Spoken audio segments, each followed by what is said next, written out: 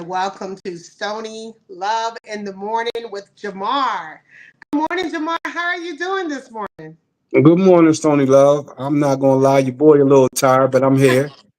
You partying hard this weekend, I see. Just kidding. Well, happy Monday to you. Thank you so much for joining me, and hello, everyone, whoever's watching and wherever you're watching from. Thank you so much. And the quote of today is: "You are confined only by the walls you build yourself." So tear down those walls and get to living, everybody. So that's my motivation quote for you to begin the show. And happy birthday to all of you Libras and to those born today, October the 13th. As Mercury moves into Libra, everyone is going to be feeling lovely, friendlier, and more communicative. So make sure you communicate your truth and do it respectfully and always with love. And in the news today, locally, I'm not sure if you heard about this, Jamar. Ongoing search for a 6-month-old baby that was taken Sunday in Clayton County. The baby was taken from the 100 block of Valley Hill Road around 8:30 a.m. and no one has yet to know what happened to the baby. Were you? Did you hear anything about that over the I weekend? did see it come down my news feed. Were the parents involved? Did it say anything about the parents? Well, they said they didn't know who. No, that they didn't know who had taken the baby. So I'm assuming they were real limited with the information that they were putting out there about the baby. Um, but according to them, they wasn't sure who had taken the baby. Wow. Usually, I don't know. Usually, sometimes that seems like that may be a family member because they didn't give out any information as far as where the baby was taken from the home, out of a car, just. Right. Uh, Yeah, well, I it said didn't out of the even. home, out of Riverdale, out of the 100 block of Riverdale, but no one's seen anything. They don't know who had taken the baby. And as of the recent update, um, yeah, the baby has not been found. Wow, that seems a little strange. Somebody coming in somebody home taking a baby Yeah, without the that parents. definitely. What did they Yeah. have going on over there? We have to protect our children, and today's show is dedicated to our children. Parents, watch your children. And as we're talking about, we're gonna dive right into the article about the young baby, 5 years old, out of Cleveland, Ohio. Is that not correct? Yes, out of Cleveland, Ohio. Okay. Now, I was reading that these were possibly some juveniles that had taken her into the woods, assaulted her, the warrant state sexual battery, kidnapping, felonious assault, strangulation, assault, and rape. Yes, these were according to the mother, these were 8, 9, and 10-year olds. Two boys and a little girl. Wow. So I had got caught wind of this case. I think maybe last week.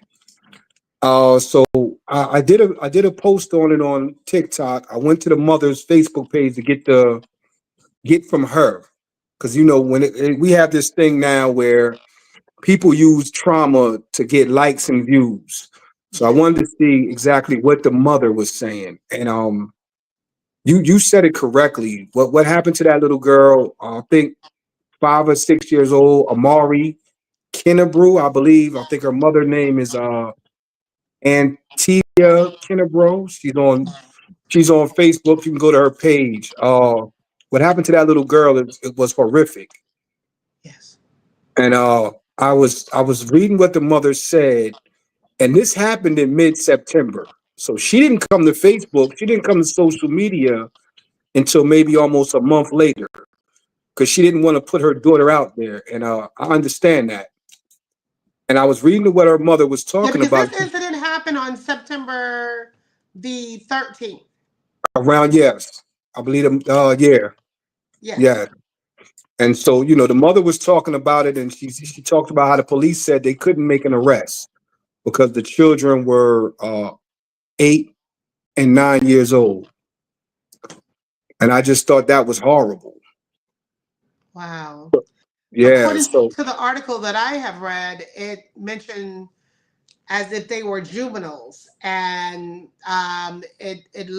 there's so much different information, bits and pieces, in different articles, and people are not really talking.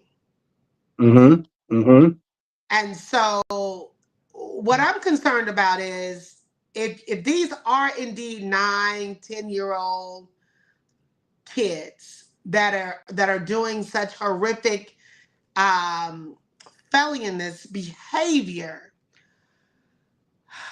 what are they saying at home? Because our children usually act on what they are seeing or visibly have access to. I totally agree. I believe the fact I just seen an update on it, and like I said, I really, based off my personal experience, I'm very careful about what even the police say about it. I would rather go off of what the mom is saying. Right. And that's something that concerns me because we're talking about an 8-year old, a 9-year old who were boys, and a 10-year old was a girl. Mm. So that's the question I'm asking. What's going on at those kids' homes, especially with the little girl, because she was the oldest. So what is she seeing, or what may have happened to her for them to act out the way they did? For for little children to be unsympathetic, um, detached in that manner, because usually kids at that age, you teach them to love their baby doll, nurture their baby doll. You give them a lot of hug and affection at that age. So for these children to act out in this manner and not be empathetic or be loving, and someone say, wait a minute, we're doing something bad here. I don't want to do this. I'm going to run and tell, Miss Jackson or somebody that this is happening. Like, Right, there's a right, big disconnect here. right, right, exactly. And I want to make sure but based on my personal experience, I want to make sure I focus on Amari and her mom because this Okay. case has so many different dynamics. We're talking about a 5 or 6 year old, a baby. Yes. Um, I've been in spaces with grown women who were battling addiction because of something like this, something that Mhm. happened to them in their young years, their teenage years, and it affected them so deeply to where it took them years of substance abuse to finally deal with that type of trauma. Right. Um, One of the things I want to make very clear to people, because uh, social media, we become accustomed to a heart emoji or praying for justice or typing. This is not that type of case Yes. because of the laws of the state of Ohio. That 8 and 9 and 10 year olds, they're not gonna be charged, not as adults, because according to the law of the state of Ohio, they're under 14-year old. They're under 14-year old. They're years old. So the only way for this little girl to get justice is her mother is going to have to fight to put law on the books, like a Megan's law. This is the fight she has ahead of her. Okay, At so the same, for pause right there. So the Megan's Law, for some of us who may not know, could you break down what the Megan's Law is? so Megan's law was created to make people aware of people who had sexual offenses, Okay. and to let, like, so someone moves in, they had to register. So the Megas law is all about the sexual offender having to register so that people would know that this individual is in your neighborhood, or also they had the law put in so that they couldn't be around children. Right. So that's what people can look it up, get deeper into it, but that's pretty much the gist of it. Okay. Registering, letting people know that this is a sexual offender. So you feel that these children should be at some point prosecuted and mandated on something similar to Megan's Law, be registered as offenders? Absolutely. I believe they need to be prosecuted because they need help. Right. So under the Ohio state law, it's up to the judge's discretion if these children even get some type of counseling. Okay. If they don't get any counseling, I'm almost certain they'll reoffend again. This is it. We talking about an 8, 9, and a 10-year-old who Right. did this. If they don't get some type of counseling, some type of help, um, I think it's very likely that they're gonna reoffend. They're gonna reoffend again. So, uh, I definitely think there should be a law in place in Ohio, a federal law that protects the victim and get the individuals who commit these kids that commit these type of crimes some type of help. Wow. Whew, that's really heavy because I think about when I was 5 years old. I was making mud pies, playing with my dishes, and pretending to be an actress at 5. And my innocence was protected by my mother, and I wasn't allowed to um, be at anyone's house or anything like that. Um, do you know if the mother allowed the baby to go to another location?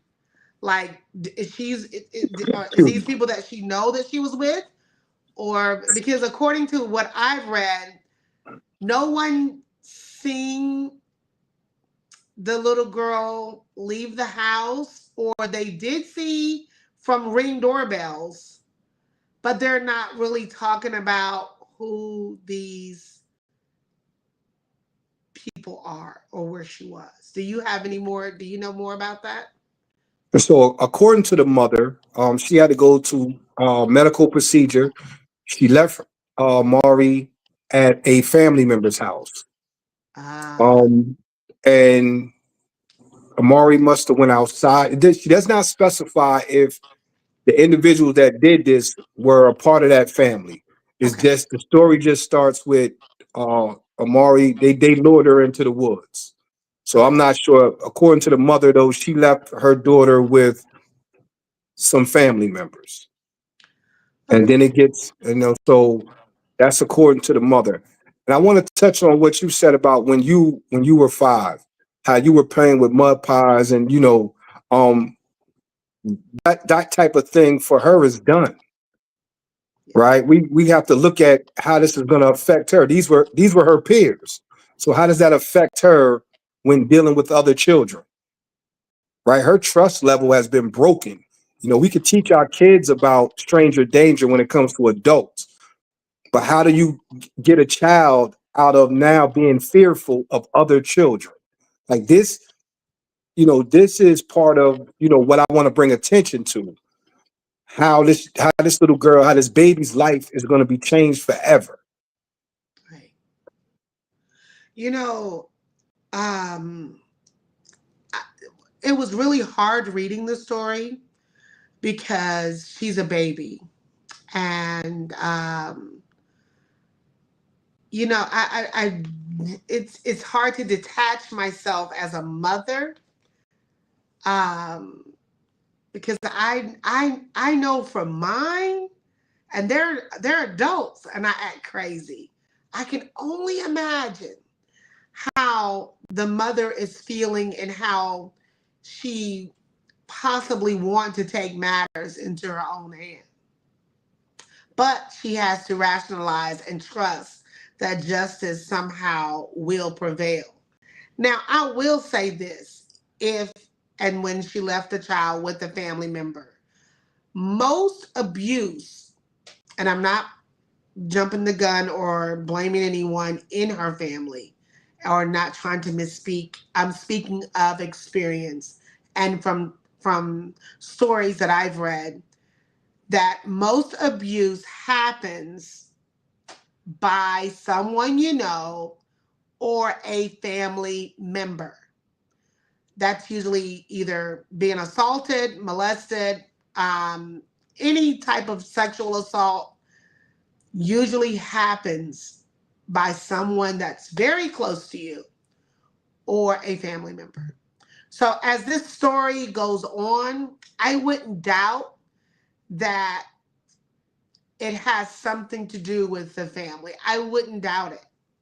I just don't see the child trusting, walking away with a total stranger to the store, to wherever, and not know them. That's just unlikely. Because at that point, I mean, I wasn't there, I can't say, but that's just so unlikely. I mean, research shows that. Research shows that when it comes down to cases like this, it's normally someone that the person trusted, someone that was close to the family, which is another dynamic. Like I said from the beginning, this case has so many different dynamics. You spoke about being a mother Yes. and how this is going to affect her mother, because we were raised in different times, right? And we were raised in a time where what goes on in here stays in here. The new generation have kind of moved away from that. So it's been a breakdown of the village, right? And you can't blame them, because speaking from my own experience, if this happened mid-September and she didn't bring it to social media until October, I'm almost certain that people told her don't talk about it. And when I say people, I'm talking about the police. I'm talking about the authorities. Oh, because I went through that experience. And I'm almost certain that she reached a point and was seeing nothing was being done, and she chose to go to social media. And I'm just speaking from my own experience. Right. So like I was saying, it's so many different dynamics, and that's why I felt it was so important to talk about it, because of what this young lady and her daughter is facing. They need more than heart emojis and praying for justice. She Mm-hmm. set up a petition on change.org. She Okay. needs 50,000 signatures. I need people to go over there and sign that petition, because the law has this Amari, this little baby, she won't get any justice. This mother won't get any justice for her daughter unless people get behind this case, bring awareness to it, sign the petition, and make noise about it. Right. Whew, this is heavy. I didn't think, usually it's easy to talk about topics, but this is deeply, it's sad. Now, do you know if the baby is still in the hospital or is she home recovering? I haven't, based off her mother Facebook page, I really haven't gotten any information in regards to if she's, either way, she's still recovering. So she's going to be recovering A for most of her lifetime. life, for real, Yeah. for real, exactly. A lot of times, and from my, again, I just keep. That's why this case has me so up at arms, because I don't want to. I want to make sure I get out to people and people understand that sometimes we can get lost in what happened Hmm. and not the next what we can do later. What can we do now? It happened. It was horrific. How can we help this young lady and this little girl, this baby? How can we help them heal? And how can we get justice? Sometimes you can't just throw money at a situation. No, you can't. Not in right? this situation. You Right. can't. In a situation like this needs it needs awareness, right? People have to talk about this. So if I can help in any way, get a LeBron James, he's from Cleveland. Steve Harvey is from Cleveland. If they could shoot a tweet out and talk about this case, so people will sign the petition, people will make noise, people will get behind this mother and this little girl. It's the Yes. only way that, they're going to get justice, or some form of justice. So, what do you feel should happen to the children that did this to her? At the least, they should be, if found guilty, they should be held until they're 18 years old, where they can get help. Also, you have to look into their home. You have to find out what's going on in their home. That's not normal behavior for an 8 and a 9 and 10 year old. I No. think we could all agree with that, Right. right? So they did what they did. They should be held responsible, but at the same time, they're children and they need to be protected. Something's going on, and someone should be looking into it. Um, I would highly suggest to the mother, Antivia, don't let these people make you be silent. Mm, Don't let them tell you not to talk about this and not to talk about that. You do what you need to do for your daughter. yes. And as all parents, protect your children. And a lot of these parents who are young um, doesn't seem to have, and I'm not being judgmental, structure, or they're, of course, gotten caught up in the social media and do not have their kids on a routine, teaching them how to behave, giving the, feeding them manners, teaching them how to beware of strangers, the basic necessities of life. Parents are failing to give their children these things, and it could also be because, again, we don't know what's happening in a people in America in their homes. They're lacking something themselves. So if you're lacking something yourself, how are you going to be able to give it to someone else? You're correct with that. I remember we had a term when we was growing up called the babies was having babies, Yes. right? So we know we have a situation in our community where, you know, young men and young women, right? They having children, and they're really pretty much mentally children too. Right. Add to the fact that they just have a different mentality. Like it's this, that could be a whole nother a day about this generation gap we have. Because we Yes. have some generational issues where the younger generation, it's almost they have a disdain for the older generation, to the point where if we try to instruct them on something, they want to buck up against it just because we said it. Right. And then on the other side, you have an older generation who they want to silence the younger generation. You want to just um, don't do what I do, do what I say do. Right? Right. That's how we was brought up. But that method doesn't work anymore. So at some point, we got to try to bridge this gap between these generations, right? And have open dialogue so that they understand that the older generation is not trying to hurt you. We just trying to guide you and help you to not to avoid the things that we went through. And at the same time, the older generation has to learn how to not try to silence the youth, but Mhm. listen to them because they make sense too.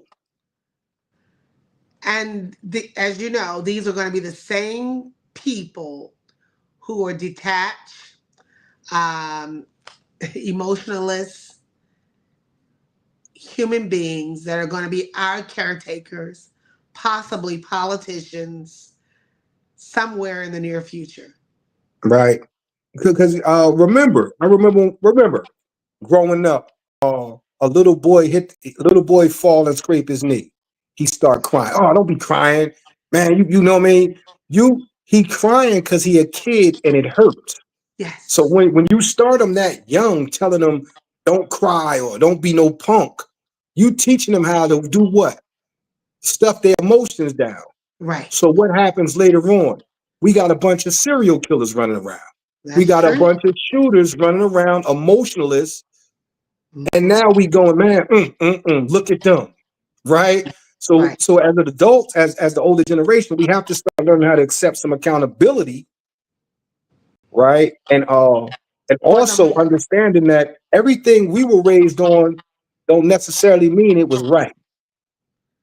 I agree with that. But as I grow older, thank God, I'm able to be thankful and look back at the structure and the discipline that my mother rendered to me. It may not have been right to some, but I am who I am today because I was made to say thank you. I was made to say please and thank you for holding the door for me.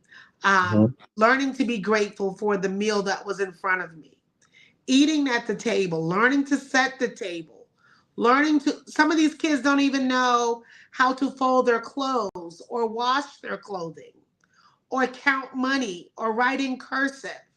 So we're creating a new generation of monsters. I agree. I agree. What's the solution, right? Is the solution to bash them, or here's the thing. So I believe in saving those you can save. You can't save everybody, Right. right? So you plant seeds. Some are just going to be rebellious and do what they do. So you save the ones that you can save. You plant the seeds, you come back and you water it, because those will be the ones that'll reach their own generation, Hmm. right? So if you can put some knowledge into the head of those who are willing to listen, those are the ones who relay it to their own generation. They'll respond better to their own generation, um, giving it to them than us. I agree with the structure that we were raised under, but I also let go of the things that weren't good. Right? I just don't. I admit that right there. I'll give you a prime example. A lot of people won't agree with this. I don't believe in physically disciplining your children. I don't think it's necessary. I believe that when you physically discipline your children, what you're showing them is, if somebody don't listen to you, put your hands on them. Hmm. That's just my belief. Some people may disagree, but I believe firmly in that. So Well, I mean, that could I as I again as I grow older, I don't have a yes or a no for that belief because I do believe in the word spare the rod, love the child. Because a lot of these young men, if you do not discipline them early on, I'm not saying when they're 15 and 16, by the time they're 15 and 16, that discipline should have already been implemented and they should know left from right, right from wrong, at that point. I'm not saying beat your children, no. But you, as a parent, you should be able to put some type of fear because if they don't fear absolutely. you, then when they get out in the streets, they feel like they can do anything. And there are no guns in jail. So nobody wants to learn to fight. They want to swell up at their parents. And then when they get out in the streets, they want to pow, pow, pow. But then when they go to jail, they're like, oh, mom, come and get me. They're beating on me. Well, you got a whipping coming either way. So you either take it from home in a good way, or you can take it from the streets in a bad way. I'd rather take mine at home and Right. learn the right way. And so if you reject the knowledge of your parents, those parents that have wisdom and those parents that are anointed and understand the laws of man, laws of God, in a godly way and able to teach their children. If a child accepts an obedience, obedience is better than sacrifice. And that's what we're missing today. Being obedient, learning, understanding so that you can take those tools into society. If you got two ears, if you don't listen, nothing is going to get in here. So if your child is being defiant at an early age, you have to find that coping mechanism where you can either get help in teaching them, or you can get help for yourself and re-deliver the message. Because if not, you're gonna have a serious problem on your hand. And then what they do when they don't listen, they go, oh, they're ADHD, they're mental health. There's nothing wrong with these kids. They're just disobedient and defiant. But now they have Mhm. all these psychologists and psychiatrists making these diagnoses. You need to sit in a corner. You need time out. You need to get off these devices and stop being manipulated by social media and be manipulated at home with manners, obedience, tidiness, cleanliness, so that you can be ready at 18 and 19 to go out into the world. A good parent disciplines their children so that they can learn to live without their parent.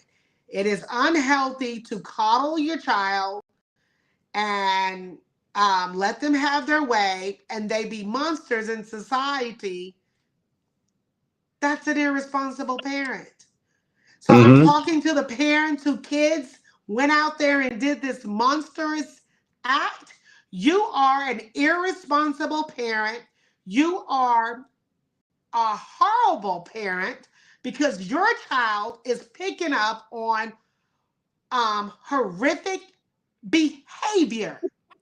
That says something about you as a parent. I So if that was agree. your child that hurt that little child, I blame the parent because that means you're probably just under the gutter. Under the gutter parent. That's what they are. Hey, Slums. man. I totally agree with the discipline. I totally agree. Um, we living in a different era, right? Where the parents are on social media as much as the kids. Right. Um, so Everybody's lost. we living in an era where you have a baby in the car with you and you listening to Sexy Red or you listening to Meg, right? So it's that's your joint, that's your jam, but you're not even disciplined enough to know you got the baby in the car. Let me turn it off because you hear the song all the time. So we living in a different era.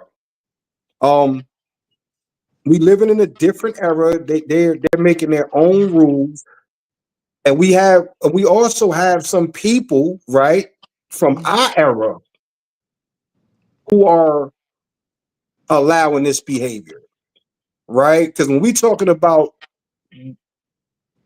our generation will allow, let's just say we're grandparents now.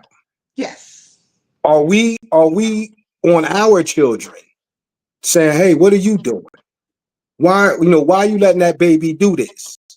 Or are we just playing the grandparent role and just showering the grandbaby with all of the nice things that maybe we couldn't do for our children? So it's like I said, it's a generation gap. It's no longer a community, no longer a village. Starting with the family dynamic is messed up. Period. With the parents, other parents. Well, I can proudly say I, as a mother, was the disciplinary to my children, and I watch them now parent their children. Hmm. And I have four, and I'll say two out of four is doing a heck of a job. I see it too. I see that. Hmm. There, So, there is a what? Mm-hmm. I know women who have single parent who have put four children through college. I Yes. mean, the Gen X have done their thing, Yes. right? And Yes. then we get to the millennials, and the millennials have a little uh what's the word I'm looking for? Resentment, Right. right? Mm-hmm. So they kind of fall back a little bit from what the like kind of like how we did, right? We had the baby boomer parents, and we raised our children similar to that, but we kind of eased back a little bit, Right. right? And then you Right. got the Gen X, and now the millennials, they ease back a little bit. Uh-huh. And they they gave their children a little leeway because there's a little resentment there.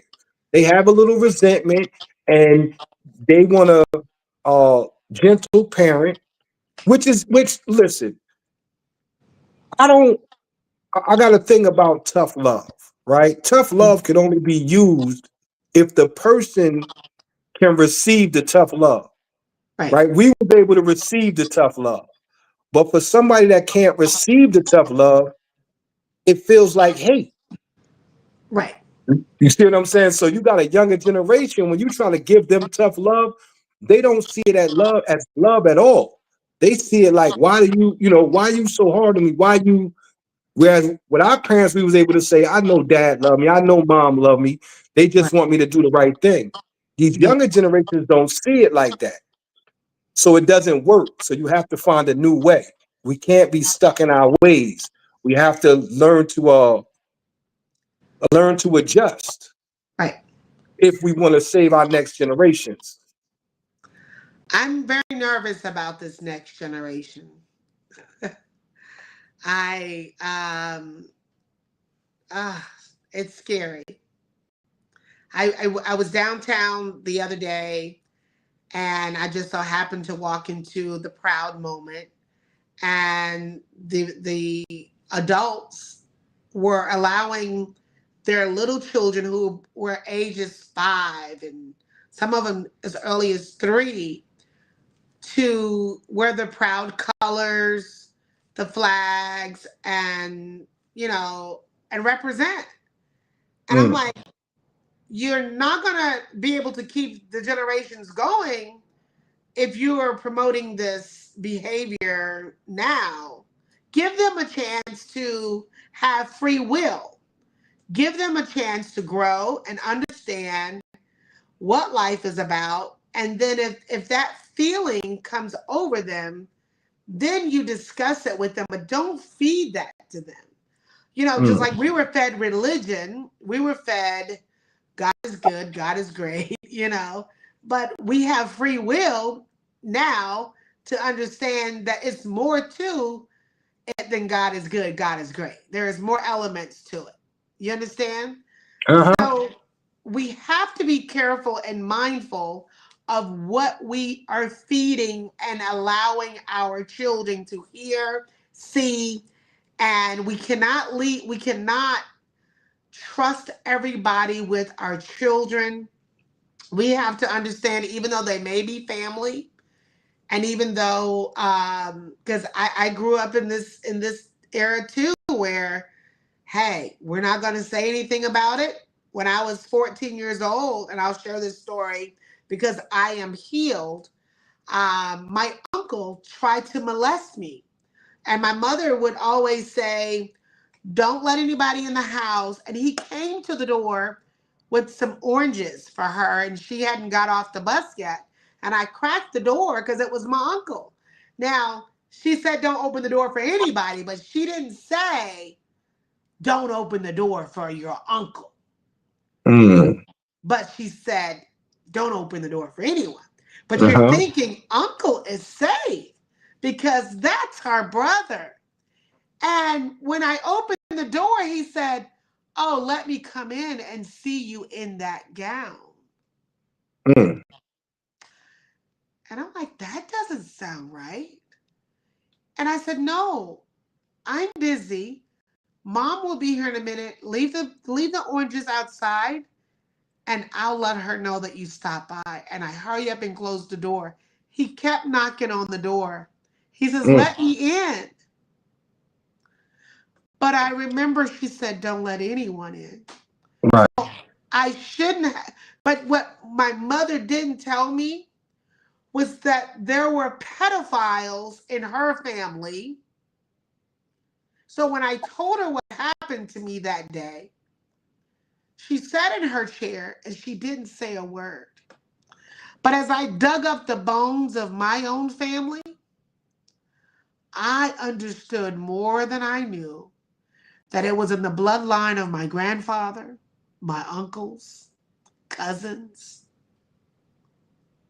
and no one had said a word. Hmm.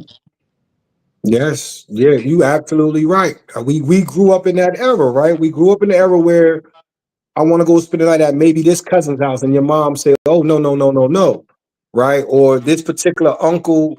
You know, I was a little boy, but I have a younger sister, so my mother was very protective of my younger sister. Oh no, you can't go over there, and you stay away from over here. You know, that's how we grew up. Right, but That's she what we never were said taught. why. Never said why. That's the thing I respect about the millennials. The millennials call it out. They gonna say it. Yeah, nah. You got pedophiles over there. They gonna talk about it. Whereas, and that's one of the things. That's what I mean by that communicating. You can't just shut them down because they're younger and they may be doing things different. Right now, the generation after the millennials, they brought mental health to the table. We Right. grew up with ain't nothing wrong with you. Oh You know, yeah. right? We grew up. We didn't. What we knew about depression or anxiety. It was Right. that generation who brought that to the table. Like, look, y'all need to get healed. You know what I mean? Like all the things that you telling us in your childhood, y'all was being traumatized, right? Um, my thoughts on the whole thing about LBGTQ and children is this. The black community has been 13 to 14% of the population since they got off the slave ships. That population has not dropped. We're making babies. We making babies. Nothing is stopping our growth in this country. Um, you said if that feeling comes, if the feeling, and we had this discussion before. Listen, they're not out here making gay. Black people don't want to accept that.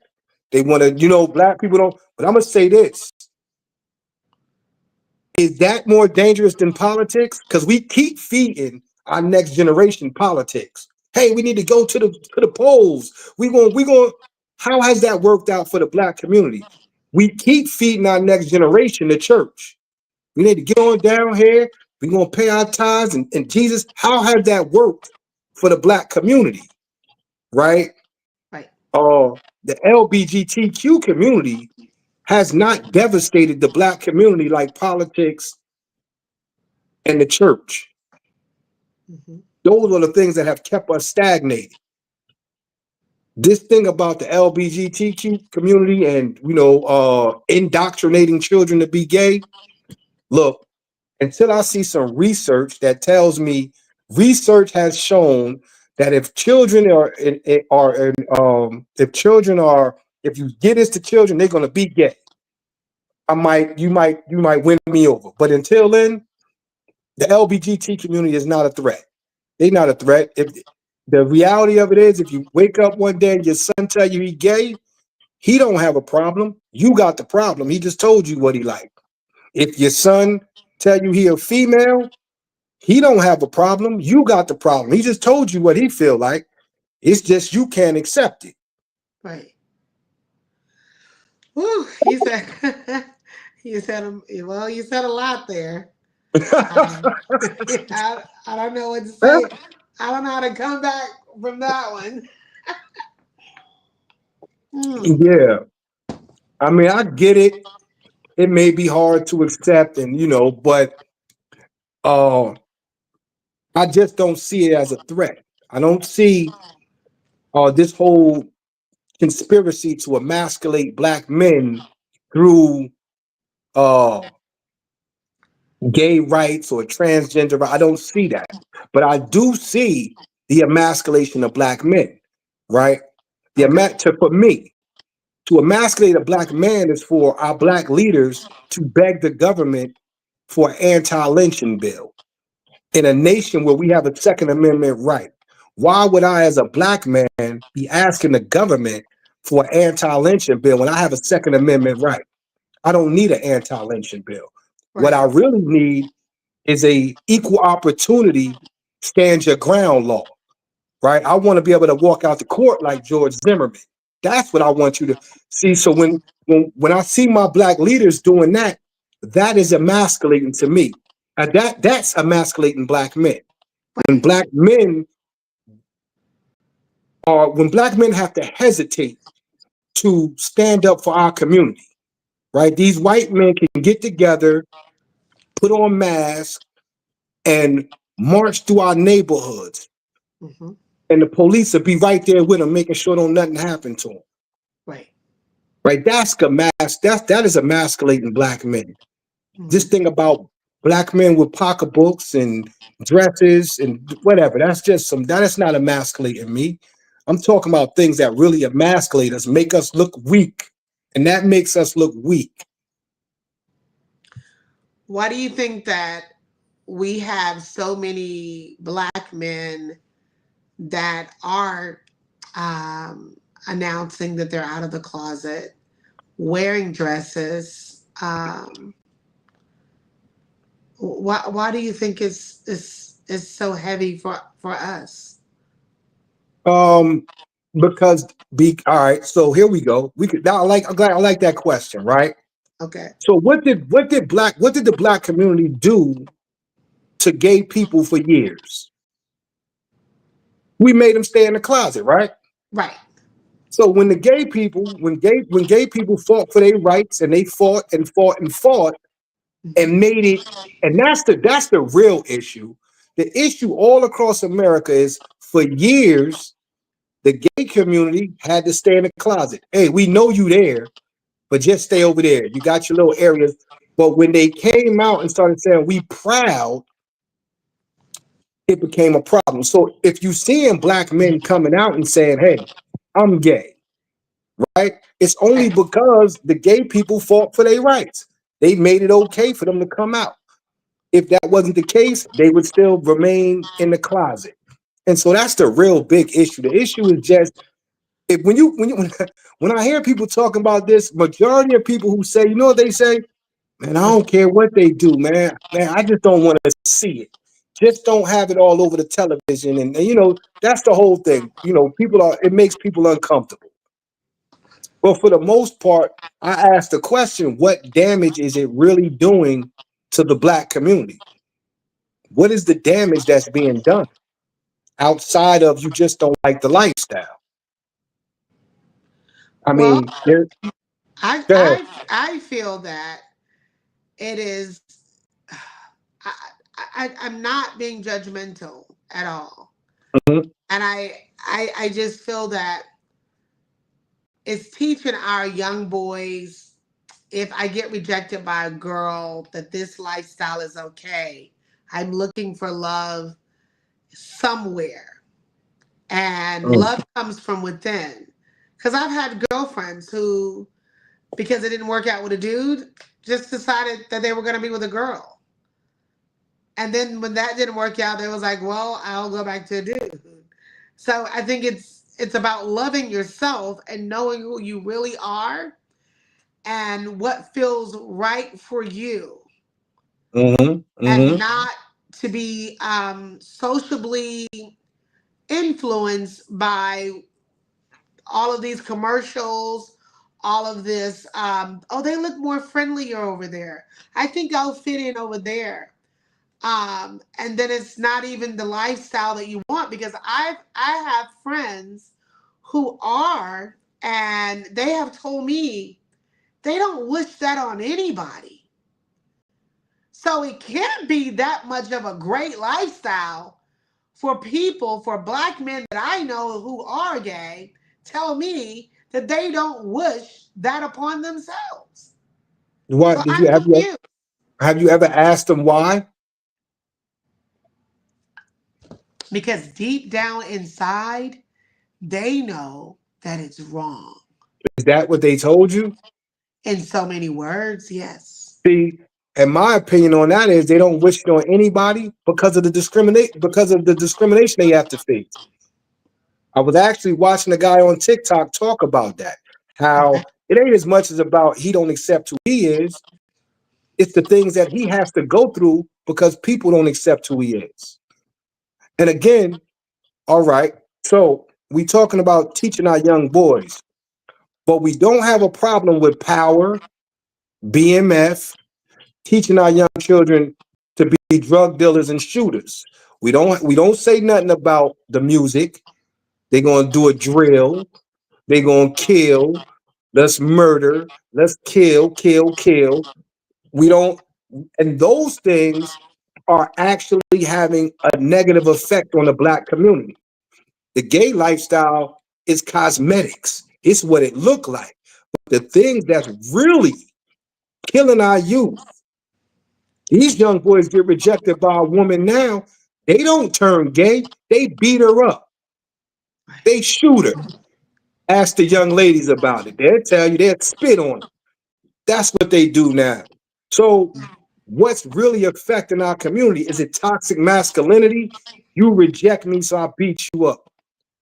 You leave me, I chase you down the street and I kill you. Those are the things that's really affecting our community. That gay lifestyle is nothing more than cosmetics. It's just if we ignore it, right, and it won't even affect you. Like it does. I'm a straight man, married to a black woman, love my wife, my best friend.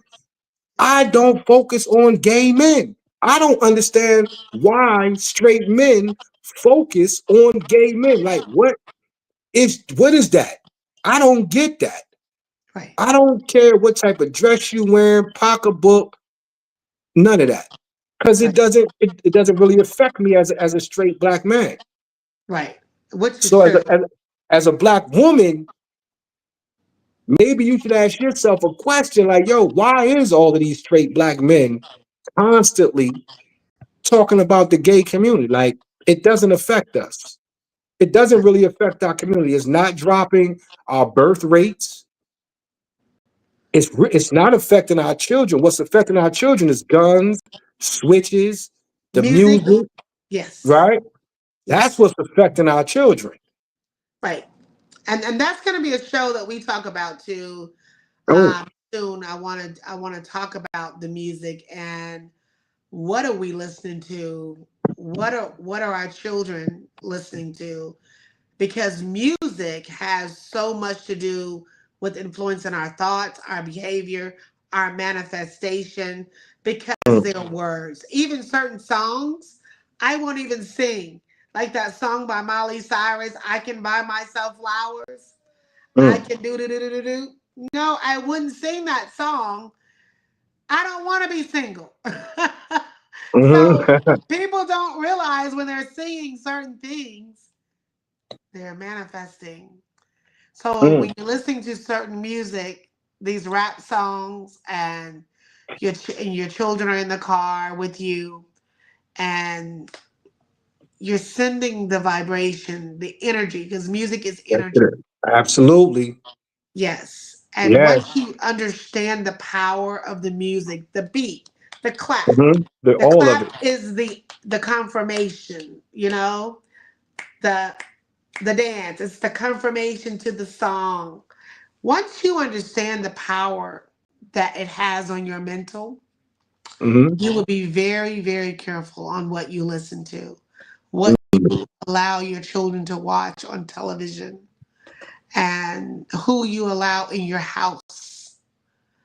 One Yeah, thing we could I do a was whole show always on that. told, they come to steal, kill, and destroy.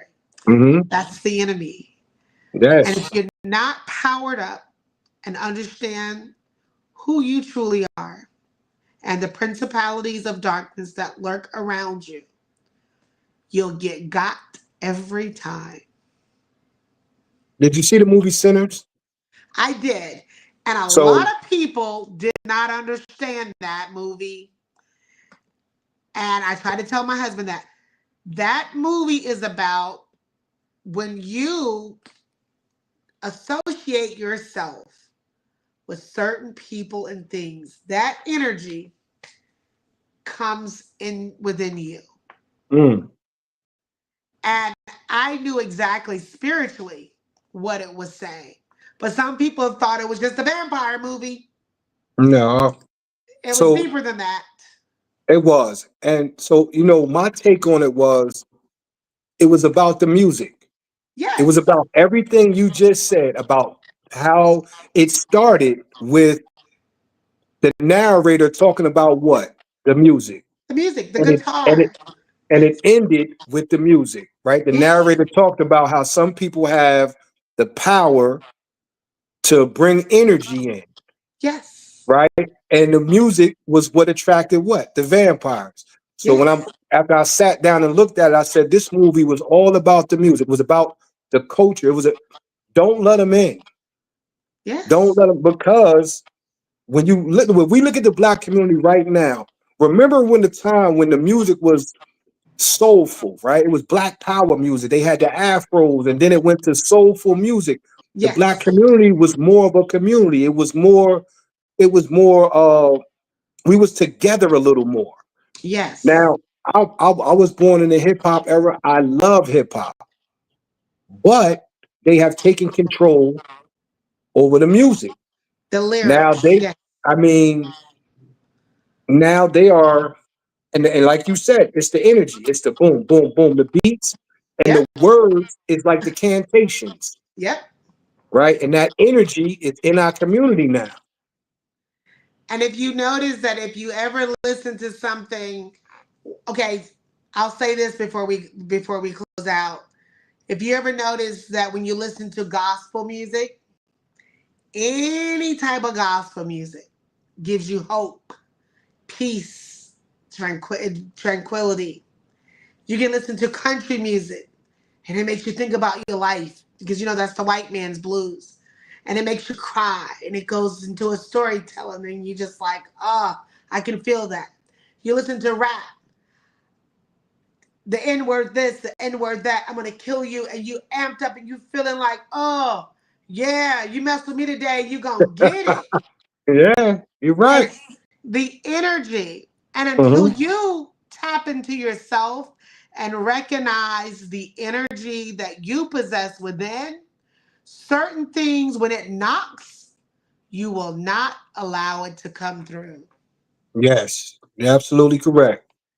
So I'm praying for the young lady and the baby in Cleveland, Ohio, and her mother.